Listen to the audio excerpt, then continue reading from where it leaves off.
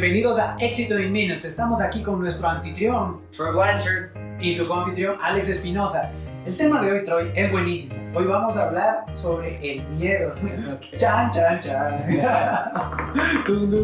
Miren, saben que esto es importante porque nos va a ayudar a entender cómo nosotros podemos vivir y deshacernos de esto, de cómo se percibe, de cómo actuamos. Quiero contarles una historia súper rápida. Sabes, Troy, hace algunos años atrás yo decidí ser garante de un préstamo. Y recuerdo en aquel entonces, la familia y todo, bueno, vamos, firma y todos contentos, vamos a apoyar, etc. Pero pasó un día que la persona que se hizo cargo del préstamo no acudió al banco y de repente el banco empezó a llamarle a mí. ¿Cómo se siente cuando eso pasó? La primera vez en mi vida, Troy, la primera vez en mi vida que sentí miedo real. Wow. ¿Y por qué sentí miedo real? Quiero que te imagines esto. Había recién tenido a mi primera bebé. No tenía un trabajo fijo, no tenía un ingreso fijo, tenía deudas de mis tarjetas de créditos, tenía deudas de mi auto y ahora tenía una nueva deuda de una garantía que yo acepté. Y pensaba, no puede ser, o sea, es la primera vez, jamás había sentido ese miedo. Y pensaba, ¿y ahora qué voy a hacer? Y recordé esta historia, bueno, que quizás muchos de ustedes la conocen, otros no, en la Biblia, sobre el enfrentamiento de David y Goliat. Y pensé, ok, ¿cómo hizo David para vencer a Goliat? Lo primero que hizo fue enfrentar a Goliat. Yeah. Porque Goliat no se iba a morir mágicamente. Entonces enfrenté mi miedo más grande, me acerqué al banco, les expliqué la situación, ellos entendieron. Y hubo ciertas cosas que tuve que hacer para al final del día dar una solución justa para todas las partes. Y al final, después de varios años, se solucionó. Pero viví muchos años con miedo hasta que entendí cómo nosotros podemos enfrentar y solucionar el miedo. Ahora, yo quiero hacerte una pregunta, Troy. Vamos a hablar de esto. ¿Cuál sería la definición de miedo? Pero esta historia es tan buena, tengo preguntas para vos, pero yo creo que en este momento, cuando llegó la llamada del banco y colgó, ¿qué hiciste? ¿Cómo sentiste? ¿Qué pensaste? Sentí que se me cayó el mundo, Troy, porque tenía que decirle a mi esposa. Y ¿Cómo tenía que fue decirle eso? a mi hija. Fue una de las cosas más difíciles que jamás he hecho. Yo fui y me acerqué donde mi esposa y le dije, mi amor, tengo que decirte algo que no va a ser agradable. Y mi esposa, recuerdo, estaba con mi bebé y me dijo, ¿qué? Y le conté. Y ella se puso súper mal, se puso súper triste, empezó a llorar. Y yo estaba desesperado porque no sabía qué hacer. Pero ella se sintió y empezó a llorar porque se sintió miedo, me imagino, también. Entonces los dos están basando en miedo en este momento. Y yo creo que eso puede conectar con nuestra audiencia.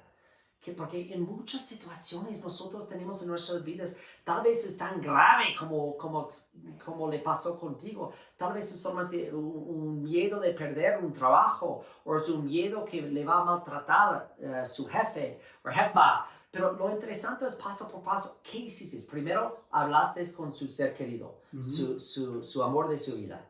Después de eso, pasó días, porque parece bonita la historia, qué chévere, es como es David y Goliath, es que lindo, es como una historia linda de la Biblia. Y enfrentaste, pero llegó la llamada y después de hablar, ¿Cómo decidió tomar esos pasos? Troy, entre el momento en que llegó la llamada y se solucionó, porque al final les contamos esta historia porque queremos que sepan que todos nosotros en algún momento llegamos a sentir miedo de alguna situación que es desconocida o que no experimentamos. Troy, pasaron más de 5 años entre la llamada y la solución. Eso es importante que escuchen, 5 todos, que yo años. escucho, ¿no? Y mira, y había momentos, Troy, en los que llegué a pensar en medidas extremas. Yo pensaba, o sea, ¿y si me muero? tengo o sea... Natural. Mi auto está asegurado, tengo seguro también de tengo seguro de mi vida, ¿no? Entonces, llego a valer más muerto que vivo. Y pensaba, y claro, y le quito estas deudas, le quito el peso de esto a mi familia, le quito... Y luego pensaba, no, a ver, un momento, no. Ese no es el camino correcto, jamás va a ser el camino. Y sabes que, Troy, algo que aprendí en ese tiempo, que me ayudó en general, es desarrollar la resiliencia. Porque aprendí cómo puedo enfrentar la adversidad. Aprendí que yo no me puedo dejar derrotar por algo que para mí era algo que me daba mucho miedo. Y me paralizaba tanto que pensaba que yo no podía hacer nada más en el resto de mi vida. Era tan grande el miedo que dije, ahora no voy a poder trabajar. Era tan grande el miedo que dije, no voy a poder seguir estudiando. Fue un miedo terrible. Sí. Y luego dije, a ver, ok, las situaciones difíciles en nuestra vida van a venir. A mi esposa una vez me dijo algo que es muy sabio, que ella lo escuchó y dijo, la vida son como fotografías. Hay fotografías felices, hay fotografías tristes, pero nunca es la misma fotografía durante mucho tiempo. Entonces las situaciones difíciles van a llegar siempre en la vida, es algo que no podemos evitar. Pero ¿cómo nosotros podemos resistir a pesar de lo difícil que puede ser una situación para seguir adelante? Lo interesante, Troy, es que después de una situación difícil, que seguramente a ti te ha pasado, a nuestra audiencia, a todos nos ha pasado, ¿cómo sale uno después de enfrentar una situación difícil? Uno nunca termina derrotado, uno termina con aprendizaje y uno regresa a ver atrás y dice, wow, gracias a esta situación difícil aprendí esto, crecí de esta manera, ahora sé qué cosas debo hacer y qué cosas no debo hacer. En el momento es duro, pero al final de la jornada, al final del viaje, es muy, muy alentador. Y a todos nos va a pasar de esa manera. La única forma en la que podamos progresar, y esto seguramente es un cliché que lo han escuchado miles de veces, en cuanto a los diamantes, para ser lo que son, necesitan pasar por procesos de calor, necesitan ser pulidos. Es un excelente ejemplo. Y al final llegan a ser muy lindos diamantes, y es lo que somos nosotros. Somos valiosos, somos seres que tenemos mucha valía ante nosotros, ante nuestra familia, ante Dios, ante el universo, pero necesitamos llegar a ser pulidos como un diamante, y ese proceso no es fácil, pero el resultado... Para terminar, una pregunta más. Una pregunta que me queda en mi mente, ¿cómo? Porque yo sé que crees en Dios. Uh-huh. ¿Cómo le ayudó durante ese tiempo para quitar sus creencias, para quitar ese miedo? Qué buena pregunta, Troy. Y quiero también hablar para aquellas personas, porque sé que muchas personas, muchos de nuestra audiencia quizás no creen en Dios, y está bien. Creen a lo mejor en algo superior, en una energía, en el Big Bang, en lo que sea que crean está bien. En mi caso en particular, al creer en Dios, yo tuve la oportunidad de generar confianza en que Él me iba a ayudar a través de mis problemas. Y es parte de lo que habla mucho el concepto de la fe, de que creemos en aquellas cosas que no podemos ver.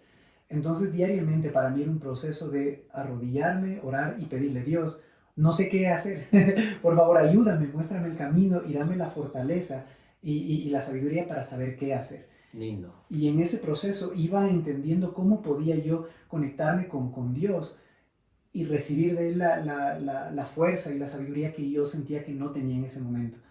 Y no solo para mí, sino también para mi familia, porque no era una situación que estaba afrontando solo. Y llegó la sabiduría, llegó el conocimiento, llegaron las decisiones, llegó la inspiración.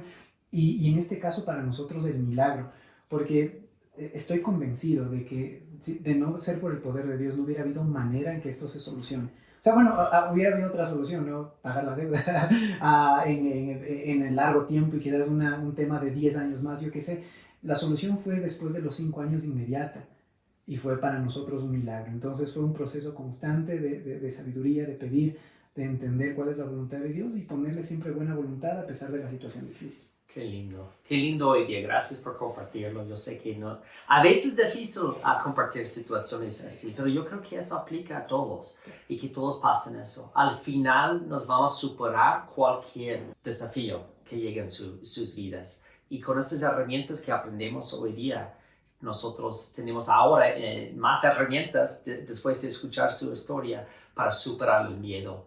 Lo más bonito es un plan de acción, y aprendemos para superar el miedo. Un plan de acción es el básico, es el primero es reconocer lo que es, hacer un plan para quitarlo. Y parte de su plan, qué lindo que nos compartió con nosotros, era para involucrar su fe y nuestro Padre Celestial en este plan. Entonces, gracias por compartirlo. Si están en una situación ahorita y la verdad es que se siente tanto miedo que piensa que está dominándole, y piensa que su vida es mejor no estar aquí en esta tierra, hay que inmediatamente declarar esas emociones y buscar ayuda. Aparte de eso, quiero decir gracias por escucharnos hoy día, y espero que ellos aprendieron de su experiencia. Yo sé que yo aprendí mucho. Gracias. Yo aprendí mucho también, Troy. Gracias de verdad por escucharnos. ¿Saben qué? Quiero que se queden solo con estas 3 frases al final que a mí me ayudaron mucho. La una, aprendamos de nuestros fracasos. Siempre no podemos ir por la vida teniendo miedo. Vamos a fracasar, vamos a equivocarnos, pero podemos aprender de eso. La segunda es aprendamos a desarrollar una mentalidad positiva. Yo sé que cuando estamos en una situación de miedo, de fracaso, es difícil pensar en positivo. Suena lindo ahora que lo decimos, no, sé positivo, pero es tan difícil en el momento que, ¿cómo puedo pensar positivo con lo que está allá? Pero es parte de la resiliencia, es como es la vida. Yo pienso a veces, ¿qué le dirían a mi hija si ella se siente derrotada? Le diría, estoy ahí para apoyarte, yo te amo a pesar de las dificultades, y es lo que yo sentí de parte de Dios, Él me ama a pesar de mis dificultades y tuve la fuerza. Y al final, ustedes van a ir teniendo pequeños logros. Por ejemplo, lo que Troy dijo, si están en una situación muy difícil, pidan ayuda. Y si alguien está dispuesto a ayudarles, celebren este logro, estos pequeños logros con aquellas personas que más les importa.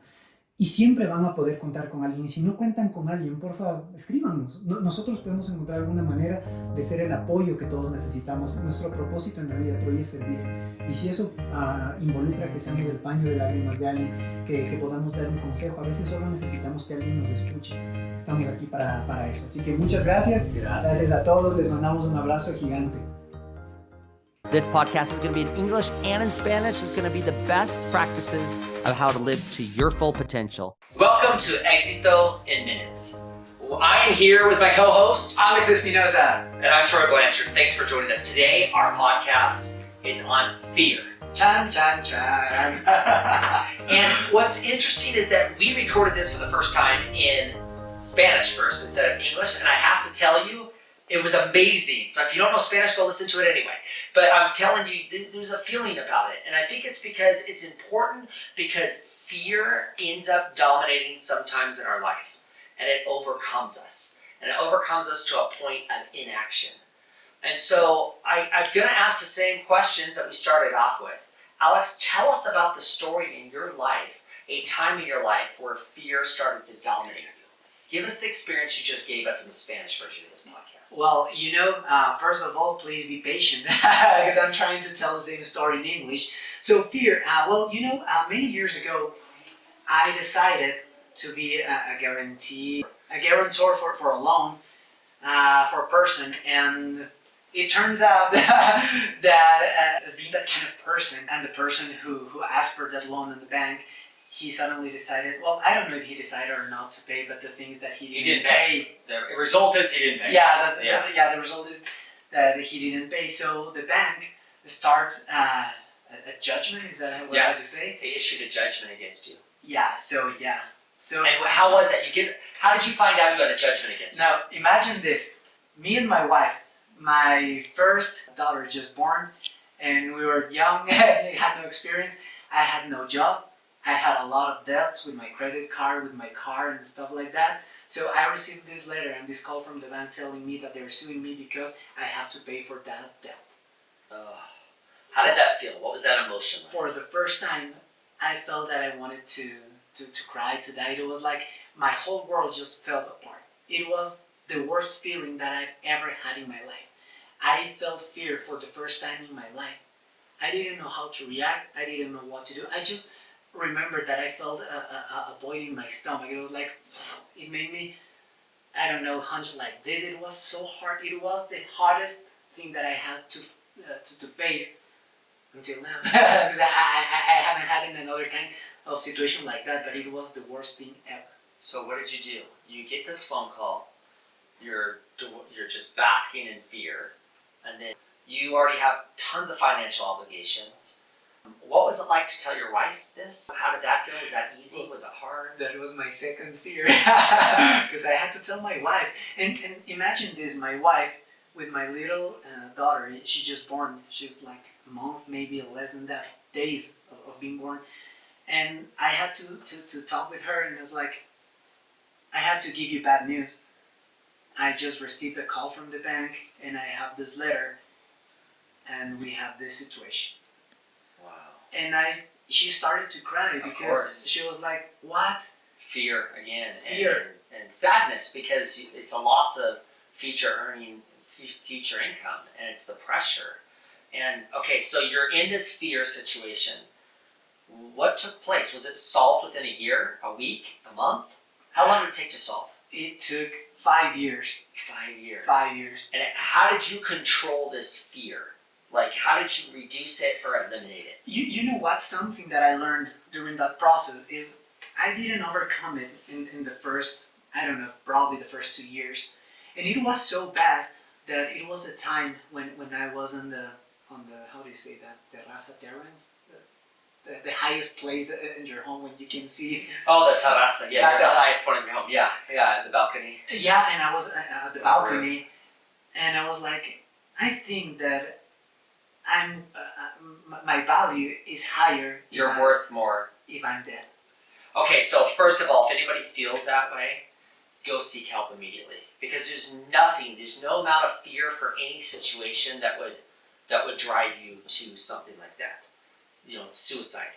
So please reach out for help if you're feeling this. But to validate if you have had those thoughts, somewhat natural because of this amount of fear you had.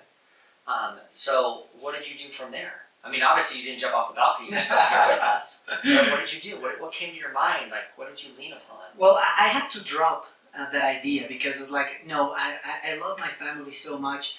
I love myself so much. So I'm not going to do that. I'm not going to do that. Okay. And I'm not saying that it's not, because sometimes people would say it's like, yeah, suiciding is a coward situation. You don't know how bad it is to feel that you want to suicide. It's like, no solution. There's no solution. So we cannot judge someone who's thinking like that, because we cannot understand how a person can feel when they're on that kind of situation. So we started to find a way to overcome that situation. So I remember this story in the Bible, and David and Goliath. Yeah, David and Goliath. I don't know if you guys, our audience, you are God, you believe in God or not. It's like, I'm gonna tell you the story because I do. Yeah. And if you don't, we love you. It's still a story. Yeah, it's still a story. Yeah. So it's still a great story. And it's like the only way that David could defeat Goliath, it was to fight against, to confront him. Yeah, there's no other way. It's like there's no way that just Goliath will die magically. It's like, that won't happen. So I understood that if you want to overcome your fears, you need to start facing them. It's like, I'm gonna fight with you.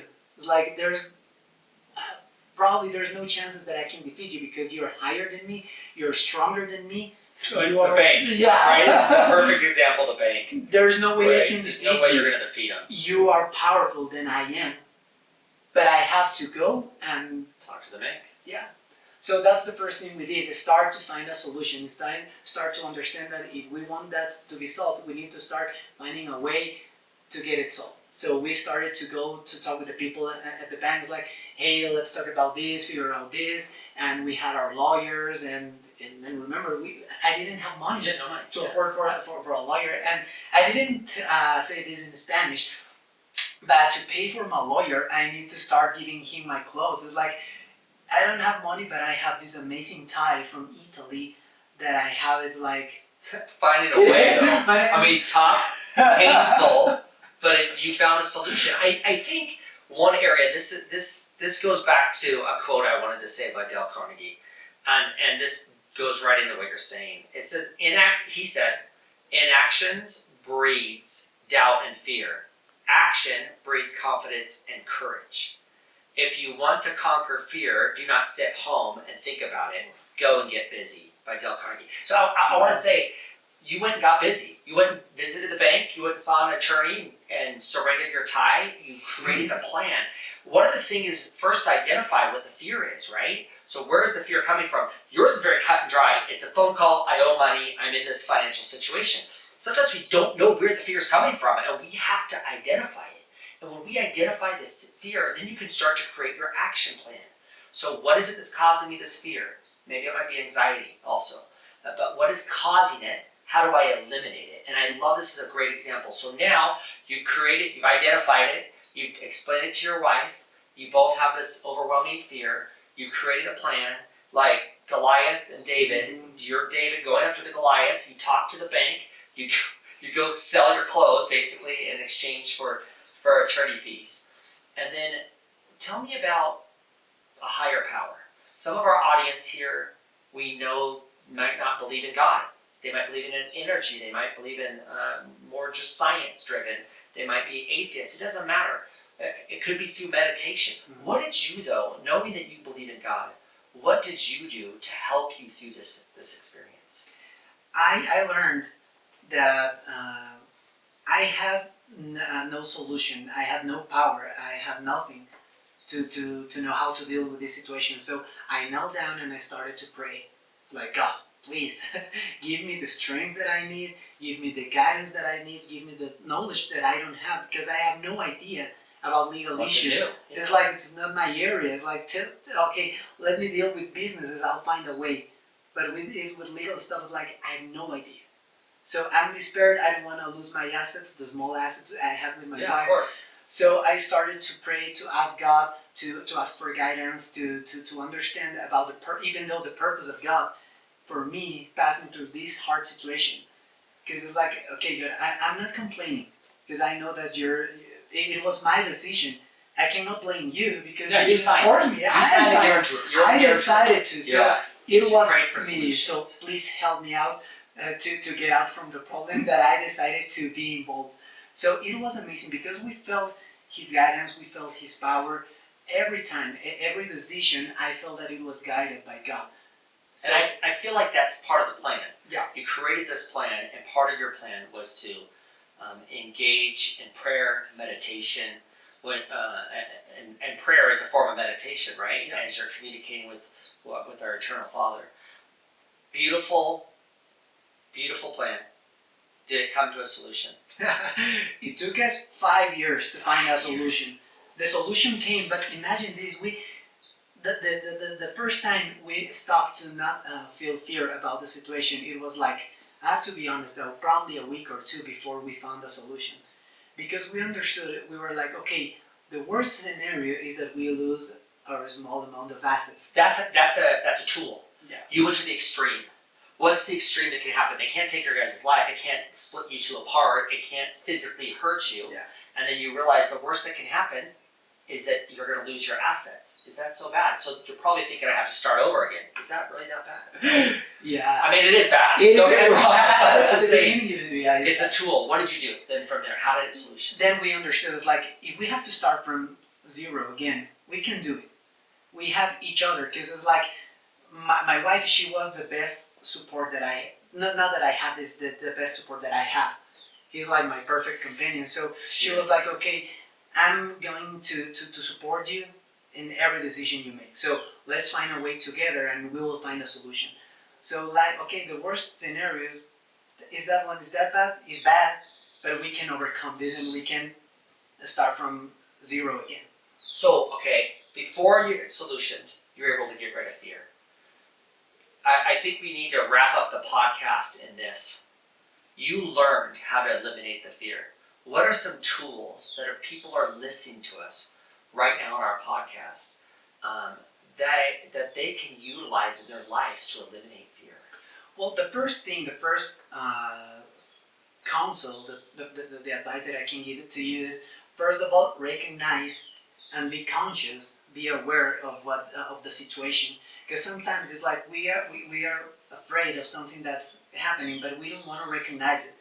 It's like Face it. No, I don't want to. I don't want to. Face it. You have to face it. There is no other way. There is no other way you can face it, identify it, lean into it. What's next? Then understand what the fears come from. Yeah.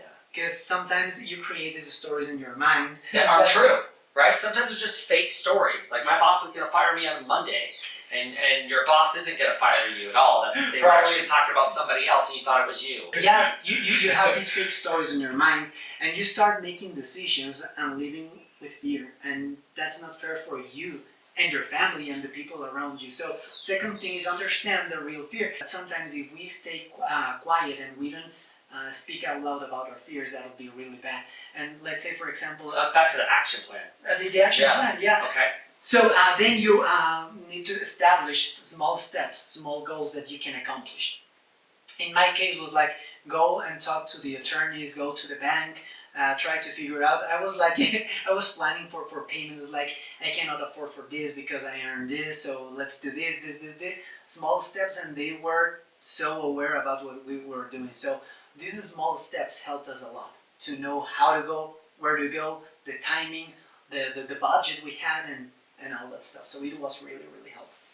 Thanks for sharing. Alex, this is a cool story. It's your personal story. You just released it publicly out there, but I think it's very applicable to many of us. And I think that hopefully we've given you some tools that can help you overcome fear for our audience. I know we're probably going to repeat this with even more tools in the future, but really identifying where it comes from is the most important, right? Come up with your plan, come up with your solution. Any parting thoughts or words before we end? Trying to find a way to live even though the situations might be really hard. It's really easy to say. It's like, just focus on the positive.